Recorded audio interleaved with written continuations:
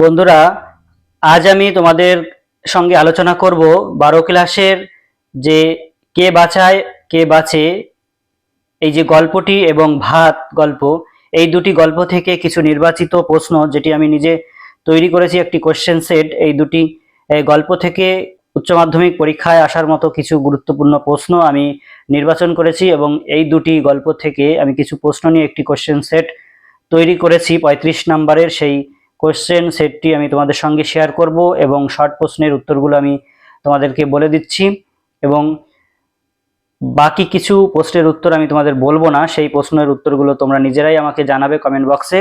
এবং এই দুটি গল্প থেকে কি কি বড় প্রশ্ন তোমাদের এবছরের পরীক্ষার্থীদের জন্য খুবই গুরুত্বপূর্ণ সেগুলো আমি জানিয়ে দিচ্ছি।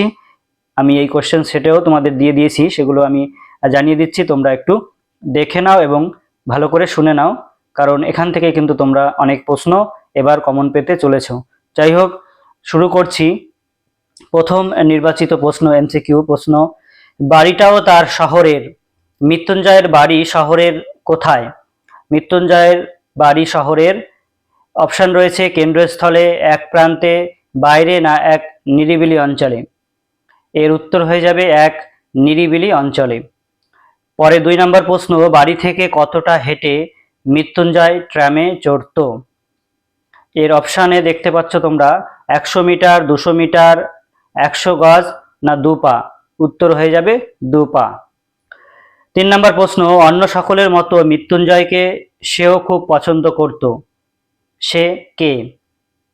অপশান তার অফিসের বস, 2 নম্বর অপশান টুনু, 3 নম্বর অপশান নিখিল, 4 নম্বর অপশান উৎসব নাইয়ার। তা উত্তর হয়ে যাবে উৎসব নাইয়া। 4 নম্বর প্রশ্ন, আপিস যাবার পথে মৃত্যুঞ্জয় প্রথম কি দেখল? অপশান এ ফুটপাথে মৃত্যু, অপশান খ অনাহারে মৃত্যু, অপশান গ বস্তিবাসীর মৃত্যু, না অপশান ঘ পাগলের মৃত্যু। উত্তর হয়ে যাবে অনাহারে মৃত্যু। 5 নম্বর প্রশ্ন, মৃত্যুঞ্জয় নিখিলের থেকে মাইনে বেশি পায় কত টাকা? অপশান ক 30 টাকা, অপশান খ 40 টাকা, অপশান গ 60 টাকা, অপশান ঘ 50 টাকা। উত্তর হয়ে যাবে 50 টাকা, অর্থাৎ মৃত্যুঞ্জয় নিখিলের থেকে 50 টাকা মাইনে বেশি পেত।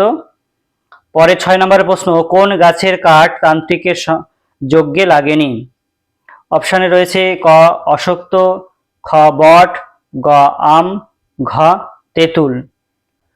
বন্ধুরা, এই প্রশ্নটির উত্তর তোমরা আমাকে কমেন্ট বক্সে জানাবে। আর যদি তোমরা না পাও বা না পারো তাহলে আমাকে কমেন্ট বক্সে জানিও, আমি তোমাদের উত্তরটা জানিয়ে দেবো। আমি ইচ্ছা করেই তোমাদের এটা জানাচ্ছি না। দেখি তোমরা কে কে পারো, আমাকে কমেন্ট বক্সে এই উত্তরটা জানাও। পরের প্রশ্ন, ভাত গল্পটি প্রকাশিত হয়েছিল কোন পত্রিকায়? অপশান ক কল্লোল, অপশান খ আনন্দবাজার, অপশান গ ম্যানিফেস্টো, অপশান ঘ আজকাল। উত্তর হয়ে যাবে অপশান গ ম্যানিফেস্টো। 8 নম্বর প্রশ্ন, বাদা থেকে চাল আসছে, বাদা শব্দের অর্থ কি? এখানে অপশানে রয়েছে কতে পাত্র, খতে রেশন, গতে দোকান, ঘতে নিম্নভূমি। উত্তর ঘ নিম্নভূমি। 9 নম্বর প্রশ্ন, বড় বাড়ির কোন ছেলে বিলেতে থাকে? অপশান ক বড় ছেলে, অপশান খ মেজো ছেলে, অপশান গ সেজো ছেলে, অপশান ঘ ছোট ছেলে। জায়গায় ধরবে না বলে আমি কিন্তু সংক্ষেপে লিখেছি, তোমরা একটু বুঝে নিও। উত্তর হয়ে যাবে অপশান গ সেজো ছেলে। 10 নম্বর এমসিকিউ, কনক পানি চালের ভাত খান কে? অপশান ক বড় বাবু, অপশান খ মেজো বাবু, অপশান গ ছোট বাবু, অপশান ঘ পিসিমা। এই প্রশ্নটির উত্তরও কিন্তু তোমরা আমাকে বন্ধুরা জানাবে কমেন্ট বক্সে যে এই কনক পানি চালের ভাত কে খেত। আর যদি তোমরা না পারো তাহলে আমাকে কমেন্টে বলো, আমি উত্তর জানিয়ে দেব। যাই হোক, এই ছিল 10টি এমসিকিউ। এবার আমি তোমাদের 10টি এসএকিউ প্রশ্ন বলবো এবং সেই প্রশ্নগুলির উত্তর তোমরা বাকিটা আমাকে জানাবে কমেন্ট বক্সে। এবং এখান থেকে কি কি গুরুত্বপূর্ণ বড় প্রশ্ন তোমাদের এবছরের পরীক্ষার জন্য গুরুত্বপূর্ণ সেগুলো আমি প্রশ্ন করে রেখেছি, সেগুলো আমি তোমাদের দেখিয়ে দিচ্ছি এবং বলে দিচ্ছি। তোমরা একটু শুনে নাও। আর এই প্রশ্নগুলো কিন্তু তোমরা রেডি করে রেখো। যদি তোমাদের এই প্রশ্নগুলোর উত্তর দরকার হয় তাহলে আমাকে কমেন্ট বক্সে জানিও, আমি তোমাদের পিডিএফ আকারে এই প্রশ্নের উত্তরগুলো পাঠিয়ে দেবো। 1 নম্বর প্রশ্ন, 2-1 কথায় উত্তর দাও। 1 নম্বর প্রশ্ন, বুড়ো কর্তার কি রোগ হয়েছিল? বুড়ো কর্তার ক্যান্সার রোগ হয়েছিল, অর্থাৎ যকৃতে কর্কট রোগ হয়েছিল। কর্কট বলতে ক্যান্সার রোগ। পরের প্রশ্ন, বড় পিসিমা বড় বাড়ির কে ছিলেন? বড় পিসিমা বড় বাড়ির কে ছিলেন? এর উত্তর হয়ে যাবে বড় পিসিমা ছিলেন বুড়ো কর্তার অবিবাহিত বৃদ্ধা বোন এবং বড় বৌমা সহ বাড়ির অন্য বৌমাদের পিসিমা শাশুড়ি। পরের প্রশ্ন, ভাত গল্পে মোটা সাপটা চাল খেত কারা? ভাত গল্পে মোটা সাপটা চাল খেত বাড়ির কাজের লোকেরা। তান্ত্রিক শ্মশান থেকে কি আনার ফরমাশ করেন? তান্ত্রিক শ্মশান থেকে বালি আনার ফরমাশ করেন। পরের প্রশ্ন, বড় পিসিমা শেষ খোঁচাটা মারেন, খোঁচাটা কি ছিল? উত্তর হয়ে যাবে বড় পিসিমা বড় বৌমাকে বলেন যে তার শ্বশুর মরতে বসেছে বলেই হোমযজ্ঞ হচ্ছে এবং তার কাজের জন্যই একজন লোক প্রয়োজন, এই খোঁচাটাই মেরেছিল। পরের প্রশ্ন, এসব কথা সত্যি না মিথ্যে কে জানে? কোন কথার কথা এখানে বলা হয়েছে? উত্তর হয়ে যাবে অবিবাহিতা বড় পিসিমা বলেছিলেন যে শিব তার পতিদেবতা, তাই তাকে যেন মানুষের সাথে বিয়ে দেয়া না হয়। এখানে এই তথ্যের সত্যতা সম্বন্ধেই বলা হয়েছে। পরের প্রশ্ন, ঝিঙে শাল চাল ও রামশাল চাল কি কি দিয়ে খায়? অর্থাৎ যেদিন ঝিঙে শাল চাল ও রামশাল চাল হয় সেটা কি কি দিয়ে খাওয়া হয়? উত্তর হয়ে যাবে ঝিঙে শাল চালের ভাত নিরামিষ ডাল তরকারি দিয়ে এবং রামশাল চালের ভাত মাছ দিয়ে খায়। অর্থাৎ এই বাড়িতে এক এক দিনে এক এক রকম চাল রান্না হতো, বা এক এক দিনে বিভিন্ন রকম চাল রান্না হতো বিভিন্ন লোকের জন্য এবং বিভিন্ন পদের জন্য। যাই হোক, পরের প্রশ্ন, নিখিলের চেহারা এবং প্রকৃতি কেমন ছিল? উত্তর হয়ে যাবে নিখিলের চেহারা ছিল রোগা, আর প্রকৃতিগত দিক থেকে সে ছিল প্রখর বুদ্ধিসম্পন্ন এবং একটু অলস, অর্থাৎ কুঁড়ে ছিল। পরের প্রশ্ন, মৃত্যুঞ্জয়ের বাড়ি কেমন জায়গায় অবস্থিত ছিল? মৃত্যুঞ্জয়ের বাড়ি কেমন জায়গায় অবস্থিত ছিল? এই প্রশ্নটির উত্তর তোমরা আমাকে কমেন্ট বক্সে জানাবে, আর যদি না পেরে থাকো তাহলে আমাকে কমেন্টে জানিও, আমি তোমাদের উত্তর দিয়ে দেব। পরের প্রশ্ন, সেটা আশ্চর্য নয়, কোনটা আশ্চর্য নয়? এর উত্তর হয়ে যাবে ফুটপাতের অনাহার মৃত্যুর মতো সাধারণ এবং সহজবোধ্য ব্যাপারটা যে মৃত্যুঞ্জয় ধারণায় আনতে পারছে না, নিখিলের কাছে তা আশ্চর্য নয়। অর্থাৎ ফুটপাতে মৃত্যু হওয়াটা এটা নিখিলের কাছে স্বাভাবিক লাগছে, কিন্তু মৃত্যুঞ্জয়ের কাছে এটা স্বাভাবিক লাগছে না, এই কথা এখানে বলা হয়েছে। পরের প্রশ্ন, মৃত্যুঞ্জয় বাড়ি থেকে কি কি খেয়ে এসেছিল? খুব গুরুত্বপূর্ণ প্রশ্ন, যে মৃত্যুঞ্জয় বাড়ি থেকে কি কি খেয়ে এসেছিল। এর উত্তর হয়ে যাবে মৃত্যুঞ্জয় বাড়ি থেকে ভাজা, ডাল, তরকারি, মাছ, দই আর ভাত খেয়ে এসেছিল। পরের প্রশ্ন, শতধিক আমাকে কেন এমন কথা বলা হয়েছে? উত্তর হয়ে যাবে এখানে শতধিক আমাকে এই কথাটা বলেছে মৃত্যুঞ্জয়, কারণ হচ্ছে তিনি যখন ওই ফুটপাথে অনাহারে মৃত্যু দেখেছিল এবং তিনি নিজে এত কিছু বাড়ি থেকে খেয়ে এসছে, এই জন্য নিজেকে 100 বার ধিক্কার জানাচ্ছিল যে আমি নিজে খাচ্ছি অথচ অনাহারে এরকম লোক মারা যাচ্ছে আর আমি কি করে এত কিছু খেতে পারছি, এই জন্য সে নিজেকে ধিক্কার জানিয়েছিল। পরের প্রশ্ন, কে বাঁচায় কে বাঁচে গল্পটি প্রথম কোথায় প্রকাশিত হয়?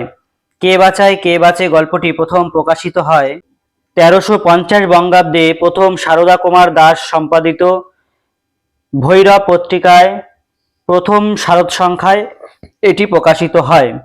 পরের প্রশ্ন, গ্রুয়েল কি? এটা আমরা কিন্তু বাড়িতে সকলেই হয়তো দেখেছি, হয়তো না সকলেই দেখেছি, কিন্তু আমরা গ্রুয়েল শব্দের অর্থটা জানি না বলেই হয়তো পারবো না। তোমাদের কাছে এটা আমি আশা করছি যে তোমরা কমেন্টে এই উত্তরটা সঠিক সকলেই দেবে। গ্রুয়েল কি? এই প্রশ্নের উত্তরটা তোমরা আমাকে কমেন্ট বক্সে জানাও। যাই হোক, এই ছিল 10টি এমসিকিউ এবং 14টি এসএকিউ প্রশ্ন।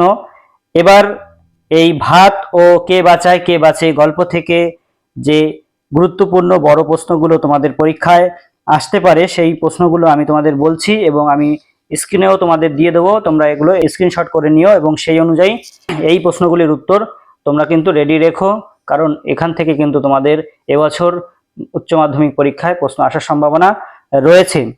এবং যদি তোমাদের উত্তর প্রয়োজন হয় তাহলে তোমরা কমেন্টে আমাকে জানিও, আমি তোমাদেরকে উত্তর পিডিএফ আকারে দিয়ে দেবো।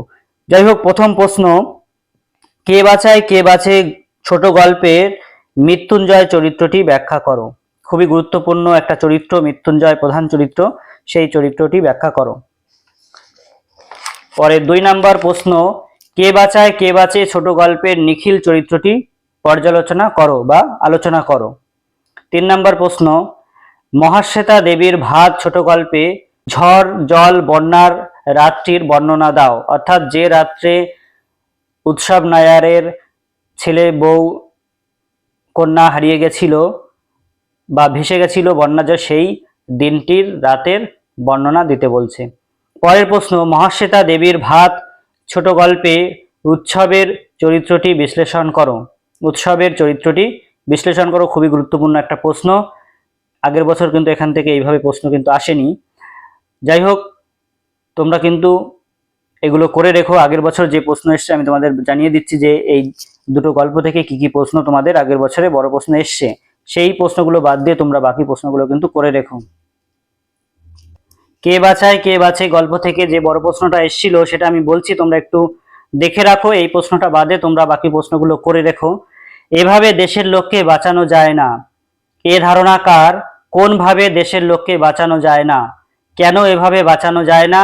এই ধারণার মধ্য দিয়ে বক্তার চরিত্রের কোন পরিচয় পাওয়া যায়? অর্থাৎ ভেঙে ভেঙে প্রশ্ন এসছে, খুবই সুন্দর প্রশ্ন এসেছিল, কারণ ভেঙে ভেঙে প্রশ্ন আসা মানে প্রত্যেকটা প্রশ্ন পারলে ফুল মার্ক পাওয়ার সম্ভাবনা থাকে। পরের প্রশ্ন, যেটা ভাত গল্প থেকে এসেছিল, সেই ভাত গল্প থেকে যে প্রশ্নটা এসেছিল সেটা একটু দেখে রাখো। বাসিনী এনেছে বাদায় থাকে অথচ ভাতের আহিংকে এতখানি। বাসিনীকে, সে কাকে কি জন্য এনেছে? উদ্দিষ্ট ব্যক্তির ভাতের আহিংকে এতখানি কেন? অর্থাৎ এই প্রশ্নটাও আমরা দেখছি ভেঙে ভেঙে এসছে। যাই হোক, আগের বছরে এগুলো এসছে, এবার তোমাদের যেগুলো আসার মতন বা গুরুত্বপূর্ণ সেগুলো আমি জানাচ্ছি, তোমরা কিন্তু সেগুলো রেডি করে রেখো। পরের প্রশ্ন, 5 নম্বর প্রশ্ন, মহাশ্বেতা দেবীর ভাত ছোট গল্পে ভাতের প্রসঙ্গ কিভাবে বারবার ফিরে ফিরে এসেছে তা আলোচনা করো। যাই হোক বন্ধুরা, এই ছিল গুরুত্বপূর্ণ প্রশ্ন কে বাঁচায় কে বাঁচে ও ভাত গল্প থেকে। তোমরা কিন্তু এই প্রশ্নগুলো ঠিকঠাকভাবে করে রেখো এবং আমি যে প্রশ্নগুলোর উত্তর তোমাদের কাছ থেকে কমেন্ট বক্সে আশা করছি সেগুলো কিন্তু তোমরা কমেন্টে জানিয়ে দিও। আর যদি না পারো তাও আমাকে জানিও, আমি তোমাদের উত্তরগুলো জানিয়ে দেবো। যাই হোক বন্ধুরা, সকলে ভালো থেকো, সুস্থ থেকো। আর এই চ্যানেলে যদি নতুন হয়ে থাকো তাহলে অবশ্যই চ্যানেলটিকে সাবস্ক্রাইব করে রেখো। আগামীতে বিভিন্ন রকম সাজেশান ও গুরুত্বপূর্ণ প্রশ্ন উত্তরের আলোচনার জন্য তোমরা বা শিক্ষা সংক্রান্ত বিভিন্ন তথ্য পাওয়ার জন্য এই চ্যানেলটিকে অবশ্যই সাবস্ক্রাইব করে রেখো এবং ভিডিওটি ভালো লাগলে অবশ্যই বন্ধুদের মধ্যে ভিডিওটি শেয়ার করে দিও এবং লাইক কমেন্ট করতে কিন্তু একদমই ভুলো না। যাই হোক বন্ধুরা, ভালো থেকো। ধন্যবাদ সকলকে।